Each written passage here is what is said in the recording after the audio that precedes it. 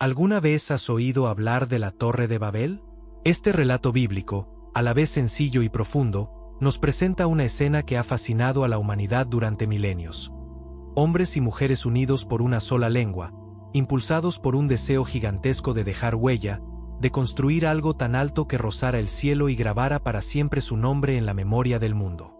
Reyes y campesinos, filósofos y teólogos, viajeros y escépticos se han hecho las mismas preguntas una y otra vez. ¿Existió de verdad aquella torre? ¿Dónde se levantó? ¿Qué pretendían alcanzar sus constructores?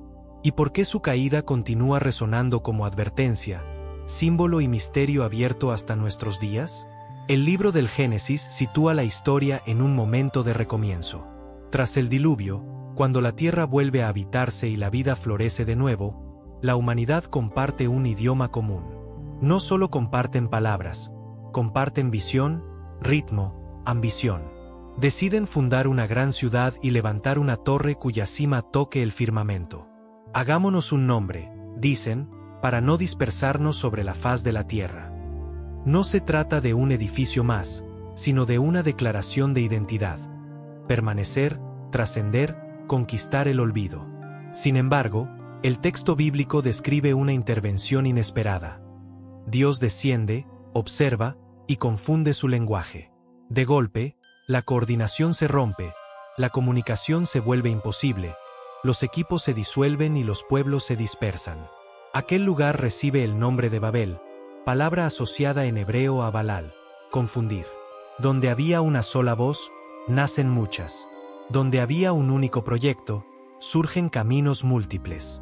Babel no es solo una torre hecha de ladrillos, es un espejo de nuestras motivaciones más profundas. Detrás de cada ladrillo hay preguntas que todavía nos persiguen. ¿Buscamos la grandeza para servir o para ser aplaudidos?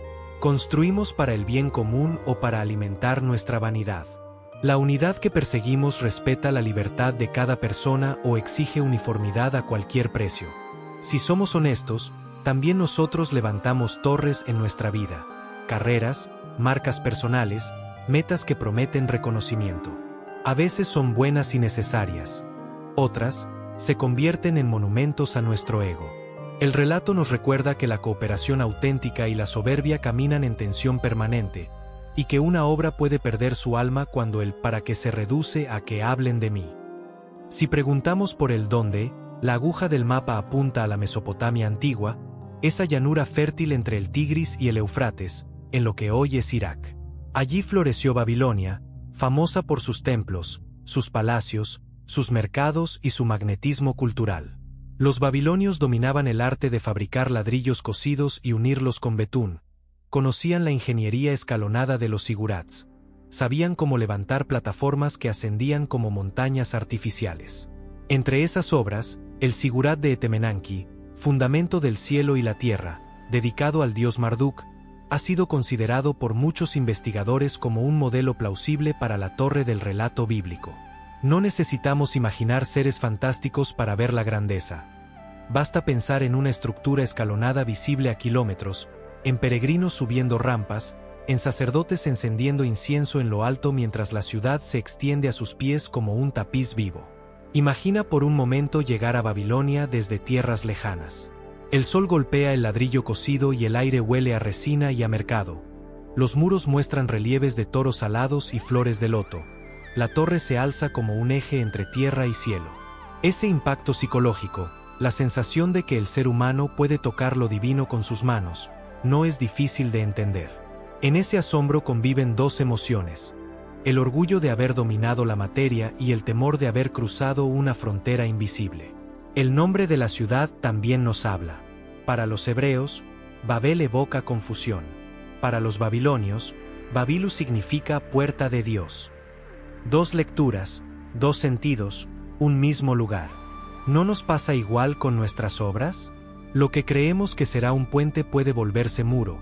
Lo que juramos que acercará a las personas a veces termina separándolas. Un templo puede convertirse en escaparate, una herramienta de encuentro, en arma de división. Babel nos pide examinar el corazón de nuestros proyectos. ¿A quién ensalzan? ¿Qué libertad exigen? ¿Qué precio cobran? La arqueología, por su parte, no entrega una etiqueta que diga, aquí estuvo la Torre de Babel. Pero ofrece un contexto coherente. Zigurats colosales, inscripciones sobre reconstrucciones, crónicas de viajeros griegos como Heródoto que describen torres escalonadas dominando el horizonte. Nada de esto demuestra con exactitud la torre bíblica, pero sugiere un recuerdo colectivo. En algún momento, con una lengua común y objetivos compartidos, la humanidad levantó algo desmesurado que, por razones profundas, no llegó a consumarse. Y aquí aparece el corazón del relato, el lenguaje. ¿Por qué las lenguas fueron confundidas? ¿Castigo por la soberbia? ¿Protección ante un poder mal orientado? ¿Pedagogía para redirigir el rumbo humano? El texto sugiere una corrección amorosa. Cuando la unidad se vuelve uniformidad impuesta y sirve más al orgullo que al bien, la diversidad llega como remedio.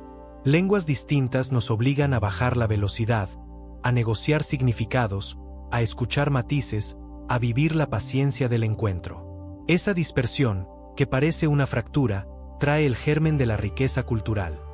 Nuevas músicas, nuevos relatos, nuevas formas de trabajo, arte y sabiduría. Lo que parecía una derrota es, de algún modo, la semilla de la pluralidad que hoy celebramos. El hilo bíblico conecta Babel con una promesa. Justo después, el Génesis enfoca a un solo hombre, Abraham, a quien Dios llama para bendecir a todas las familias de la tierra. Es como si la historia dijera, la confusión no es el epílogo, es un intermedio. El plan sigue, pero ahora se escribe a través de un corazón disponible. Y siglos más tarde, el libro de los Hechos narra el Pentecostés. Personas de muchas naciones oyen un mismo anuncio, cada una en su propio idioma. La fragmentación que en Babel dificultó el encuentro se reconcilia en un mensaje que se deja entender sin borrar las diferencias.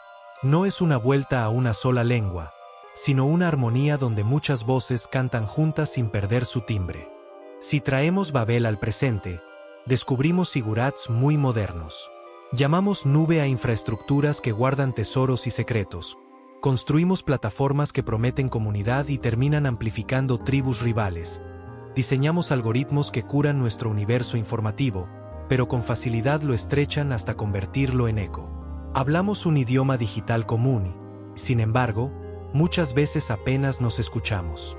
Nos fascinan los números, las métricas, la altura de nuestros alcances, y olvidamos preguntar por la profundidad de nuestros fundamentos. Como en Babilonia, seguimos tentados por la idea de tocar el cielo a cualquier precio, sin preguntarnos si ese cielo que buscamos es un reflejo de nuestras ansias o un lugar de encuentro verdadero. La enseñanza de Babel no es derribar toda torre ni desconfiar de toda grandeza.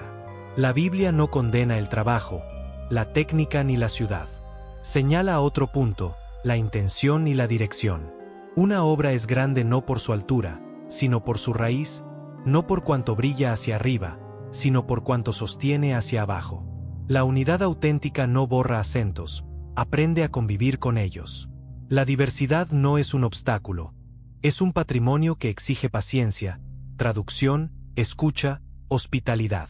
Cada lengua es una ventana, cada pueblo, una biblioteca, cada tradición, un mapa parcial de lo humano que se completa con otras miradas.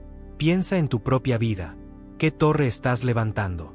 Tal vez sea tu oficio, tu familia, tu comunidad, tu proyecto creativo. Pregúntate por sus cimientos, verdad o apariencia, servicio o exhibición, búsqueda de sentido o sed de aplauso. No es que esté mal querer dejar huella. El problema es cuando la huella importa más que el camino, cuando el nombre importa más que el prójimo, cuando el éxito importa más que la verdad. Allí es donde una torre destinada a celebrar la vida termina asfixiándola. También conviene recordar que la dispersión de Babel no fue el fin de la comunicación, sino su complejización. Aprendimos a traducir, a crear puentes entre lenguas, a desarrollar gramáticas, alfabetos, escuelas. Nacieron bibliotecas, universidades, academias. Aparecieron poetas que hicieron cantar a las palabras y maestros que enseñaron a dialogar a pueblos que antes se ignoraban. Lo que en un momento fue silencio entre obreros, con el tiempo se volvió conversación entre culturas. La humanidad se descubrió más grande de lo que creía, más rica, más variada. Volvamos por un instante a la imagen de la torre. No sabemos su altura exacta ni su forma precisa. Si podemos intuir el impulso que la sostuvo, el anhelo humano de tocar lo eterno. Ese anhelo, en sí mismo, no es malo. Puede ser la chispa de arte, ciencia, justicia, compasión. La clave está en cómo se orienta. Cuando la grandeza se pone al servicio del bien, la torre se transforma en faro. Cuando la obra cuida la dignidad de cada persona, los peldaños no aplastan a nadie. Cuando la ambición se deja corregir por la humildad, la altura no se convierte en vértigo. Por eso, Babel sigue vigente. No es una fábula lejana, es un diagnóstico y una invitación. Nos advierte del peligro de una unidad que uniforma y promete seguridad a costa de libertad, y nos invita a una unidad más honda, tejida de verdad y amor. Nos recuerda que podemos construir ciudades donde la pluralidad no asuste, sino que se celebre, comunidades donde las diferencias no sean grietas, sino costuras, proyectos donde el mérito personal no tape la responsabilidad compartida. Tal vez el mensaje final pueda resumirse así: no hay cielo auténtico sin humildad verdadera, no hay unidad duradera sin cimiento de verdad, no hay lenguaje significativo sin la base del amor. La confusión de Babel no fue un portazo, sino una pausa pedagógica que nos conduce, si queremos, a una comunión más real. Y esa comunión no exige renunciar a lo que somos, sino aprender a poner lo propio al servicio de todos.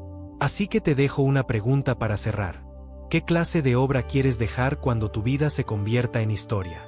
Si tus cimientos son la justicia, la verdad y el amor, tu legado no necesitará tocar las nubes para ser inmortal. Porque, al final, lo que hace grande a una vida no es la altura de sus torres, sino la profundidad y la integridad de sus fundamentos.